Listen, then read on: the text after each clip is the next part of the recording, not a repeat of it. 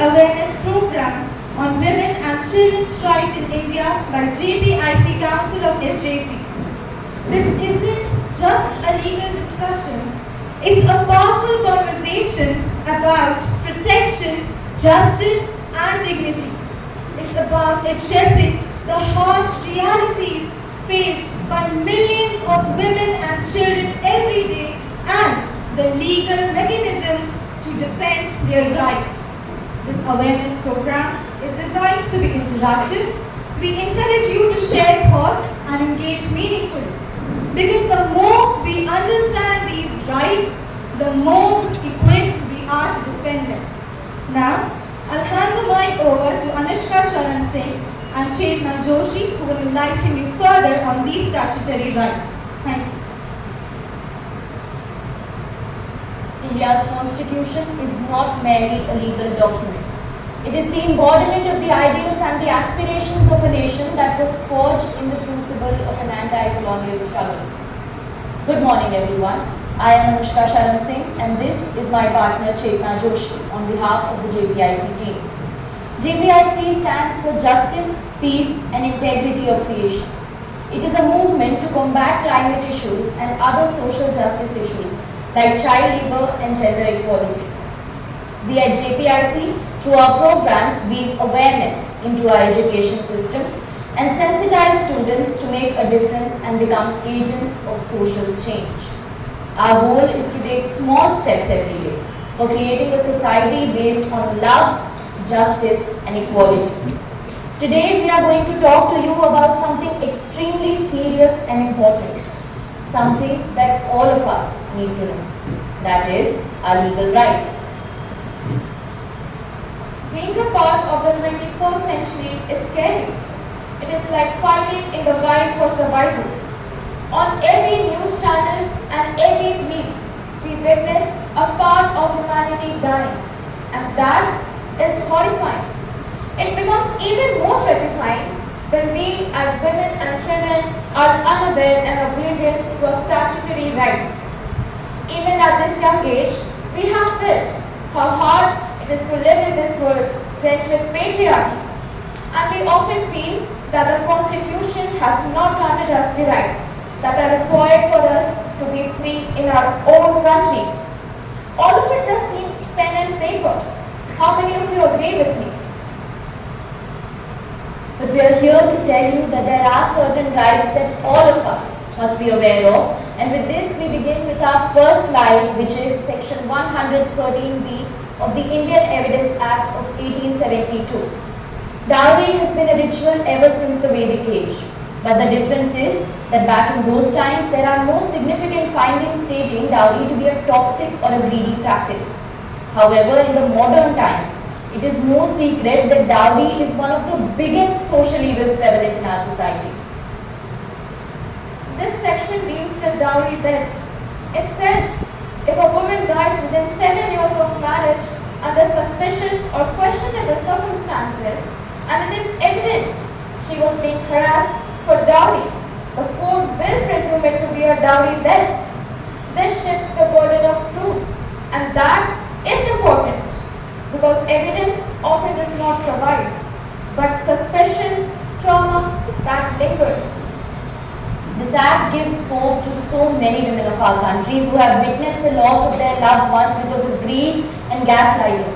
According to NCRB, in 2022 alone, 6,450 deaths were reported because of dowry. Can anyone here guess the average number of deaths because of dowry? Well, the average is around 6,000 to 7,000 per year. This act can and is bringing a stop to the loss of lives of innocent women who just dreamt of living.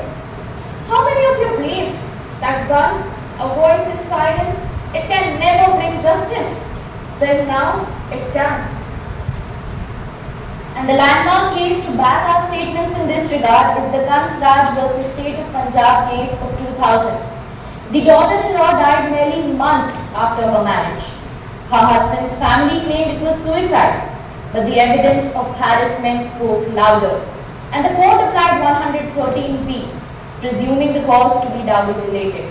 She got justice, And with that came empowerment of women across the nation, including you. Moving forward to our second act of the day, we have Protection of Women from Domestic Violence Act of 2005. Domestic violence. How many of you think it is just physical abuse? How many of you think it is beyond that? Absolutely correct, girls. Domestic violence is much more than just physical trauma. And this landmark act has changed the perspective of Indian families on domestic violence. Hitting a woman is domestic violence, but denying her money to get medicines is also domestic violence. To be clear, it includes, as you can see, physical abuse, sexual abuse, verbal and emotional abuse, economic abuse, and threats and harassment. One of the landmark cases in this regard is the Hiral P. Harsora versus Kusum Narottam Das Harsora, where the official statement says, and I quote, "A duo of daughter and mother filed a complaint under the Protection of Women from Domestic Violence Act of 2005. And it was against the brother or the son and his wife and the two sisters or daughters alleging various acts of violence against them.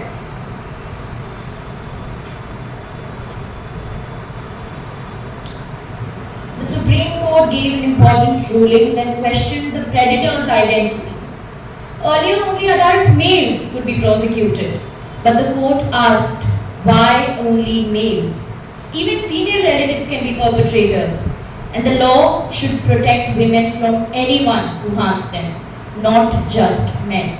And this brought about a significant change all across the country. Domestic violence is fatal.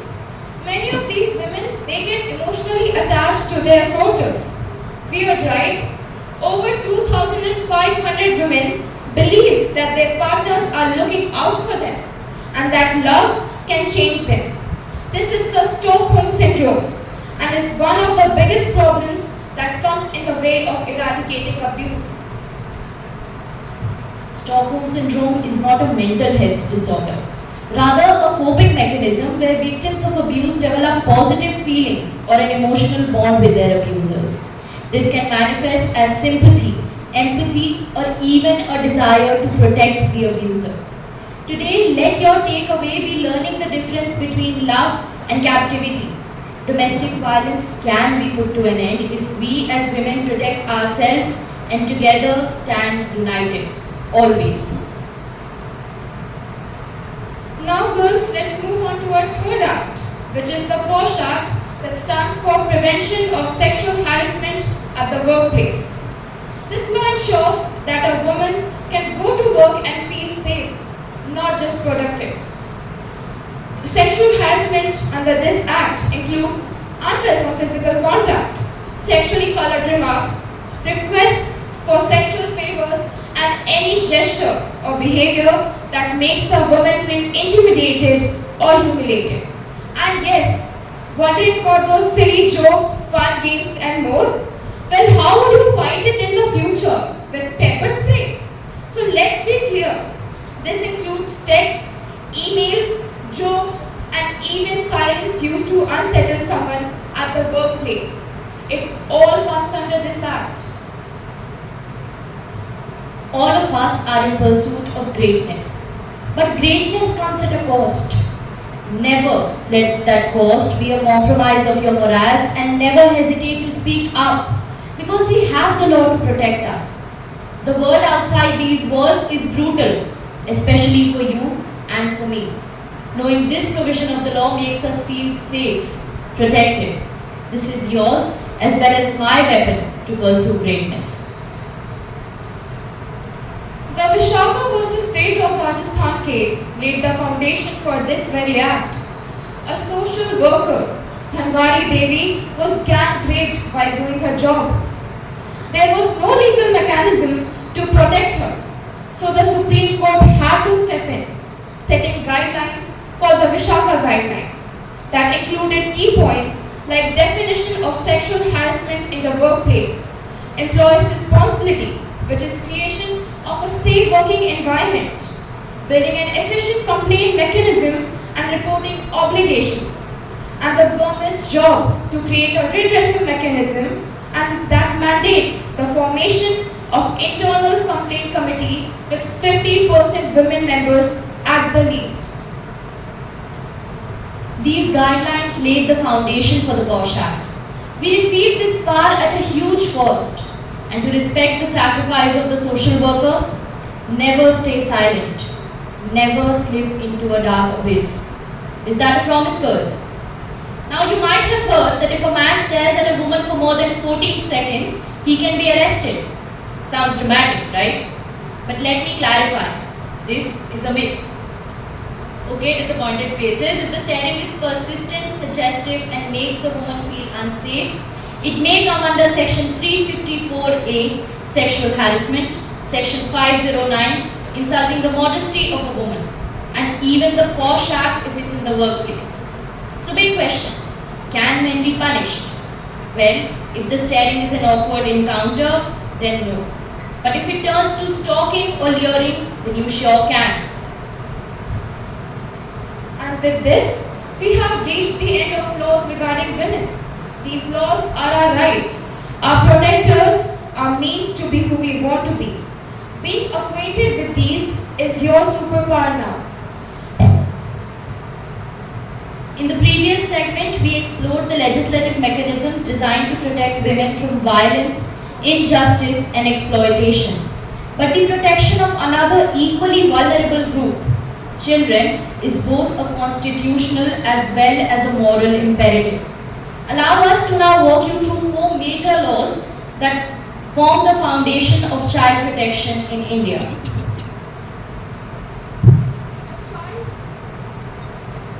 The Child and Adolescent Labour Act of 1986. This act is aimed at prohibiting the employment of children below the age of 14 in any occupation and regulating the working conditions of adolescents aged 14 to 18 and the children of age group 14 to 18 in dangerous or hazardous working conditions. The legislation was later amended in 2016 to expand prohibitions and introduce stricter penalties. All of you sitting in front of us right now receiving the education you need, do you think this is a luxury or a basic right? Unfortunately, for some children, this is pure luxury. There are around 4.27 million children who do not get to go to school. Why? Any idea? They are working to survive.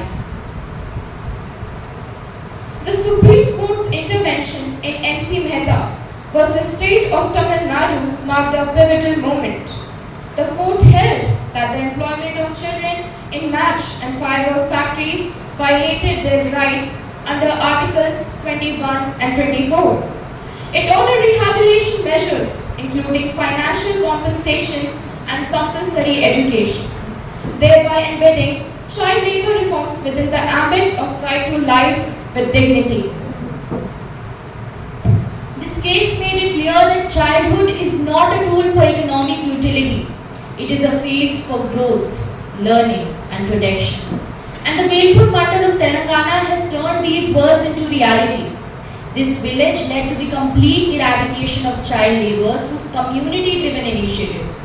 In June of 2001, a 100-day campaign was launched to send all children aged 5 to 15 to school. And by October 2nd of 2001, Velpur was declared a child labour-free mandal. This proves that if we as responsible citizens decide to stand united against injustice and protect humanity, we can minimize the threat of one of the biggest social evils present in our society. Now girls, moving on to a second act related to children, we have 67B of the Information Technology Act of 2000.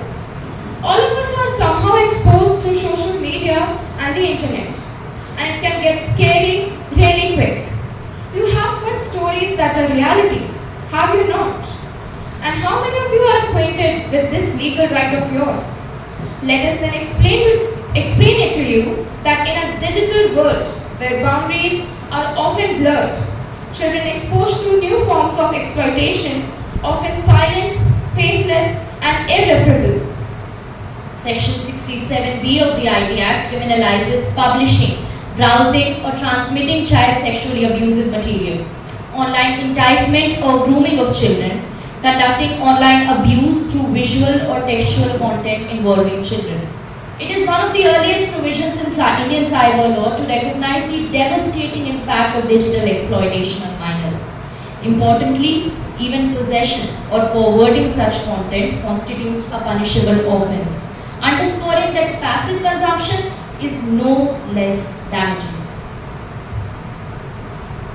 Cyber abuse leaves no physical bruises, but its scars are deeply psychological and long-lasting. Protection in the virtual world is now as critical as it is in the real one. Many young kids lose their will to live over this. It is not just a meme circulating among friend groups, making fun of their body or identity. It is a trauma, and when it meets the end, there is no coming back. Not for those 2.4 million kids who lost their self-esteem because of sexual abuse online. It is a fun place, but one must be careful. This act establishes healthy boundaries, creates a safe working environment for us, and protects us from predators in the new era of the world. Let's move on with the Protection of Child Marriage Act of 2006. While the social evil of child marriage has long persisted in India, the PCMA of 2006 was enacted to criminalize and prevent it. The law defines a child as a girl under 18 years of age and a boy under 21 years of age. Imagine just a young girl or boy burdened with the task of growing up and taking care of a family. We know that this law here is very basic and you know of it. However, an important legal distinction must be understood. A child marriage is not automatically void. It is voidable at the option of the contracting party who was a child at the time of marriage. This legal grey area has led to significant judicial distinction. In the precedent-setting case of Independent Thought versus Union of India of 2017, the Supreme Court read down Exception 2 to Section 375 IPC. The court held that sexual intercourse with a minor wife constitutes rape, regardless of marital status, thereby aligning the PCMA with constitutional values of dignity, bodily autonomy, and the best interests of the child. This ruling was not merely a legal reform. It was a judicial affirmation of a child's right to bodily integrity even within the framework of marriage. Must be awkward to hear, but this is the sad reality of several kids whose cases aren't even registered. Stories go unheard. Why? One of you can surely know the answer. Because they are unaware of this provision of the law, or they are too scared to raise their voices. And for our final act of the day, we have Protection of Children from Sexual Offences Act of 2012. Among all the child protective legislations, the POCSO Act 2012 stands out as the most comprehensive progressive statute. It was enacted to address a deeply painful but historically neglected issue, the sexual abuse of children, which was far too long was buried under the layers of silence and societal denial. Let us begin by understanding why this act was necessary. Prior to 2012, India lacked any specific legislation dealing with child sexual abuse. Existing provisions under the penal code were inadequate, often gender-specific, and failed to cover non-penetrative offences, harassment, or child pornography. The POCSO Act was introduced to bridge this very legislative vacuum by creating a dedicated, protective, and sensitive framework to deal with crimes of sexual violence against children. What are the salient features of the POCSO Act? The POCSO Act offers gender-neutral protection. The Act recognizes that boys, girls, and transgender children alike can be victims. It defines a child as any person below the age of 18 without distinction of gender. Special courts. The Act mandates the establishment of special POCSO courts in every district, ensuring that child sexual abuse cases are handled by trained judges and disposed of swiftly and sensitively. Landmark case, Attorney General for India versus Satish and another. The strength and spirit of the POCSO Act were reaffirmed in this crucial case. The Bombay High Court had earlier ruled that skin-to-skin contact was necessary to qualify as sexual assault under Section 7 of POCSO. This interpretation reached national outrage. The matter reached the Supreme Court, which firmly overruled the judgment. The Apex Court held that such a narrow reading would undermine the very essence of the POCSO Act. This judgment reminded the nation that the purpose of POCSO is not to protect offenders through legal loopholes, but to uphold the dignity, safety, and welfare of the child. This act safeguards all those young boys that suffer silently due to toxic stereotypes that govern their lives, all those girls who remain quiet due to the conservative and discriminatory society. It also empowers all the victims that were forced to grow up to protect their younger generations from the heinous crimes of child molestation. Now we would like to deal with a few questions that Alia and Akshita have.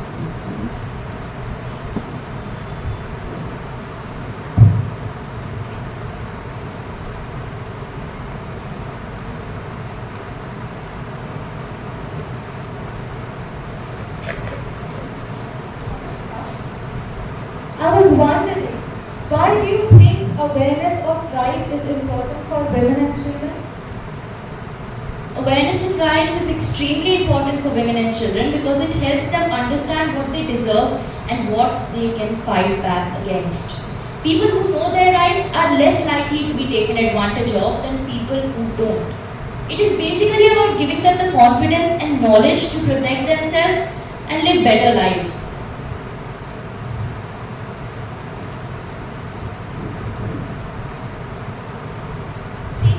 Imagine witnessing a woman or a child being mistreated. In that case, what would you do?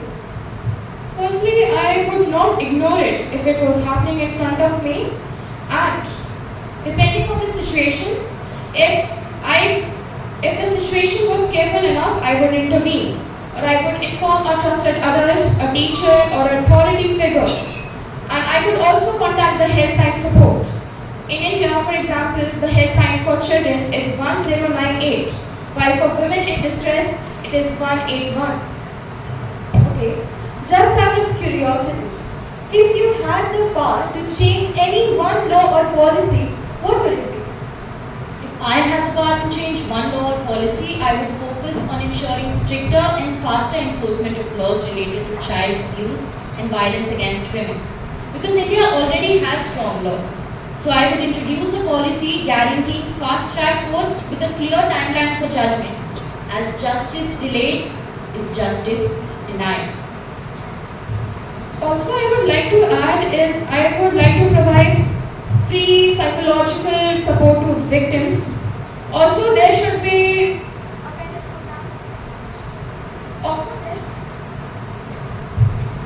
Also, there should be awareness programs at colleges and schools to let people know of their legal rights. Thank you for your questions.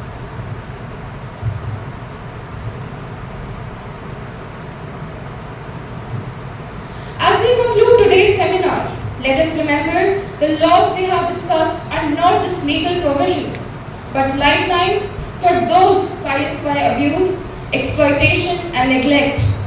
Whether it is a woman facing domestic violence or a child vulnerable to assault, our legal system stands as a shield, but only when we choose to uphold it. Awareness, action, and accountability must move hand in hand. Let us not stop at knowing the law. Let us use it, share it, and stand by it so that justice is not delayed and dignity is never denied.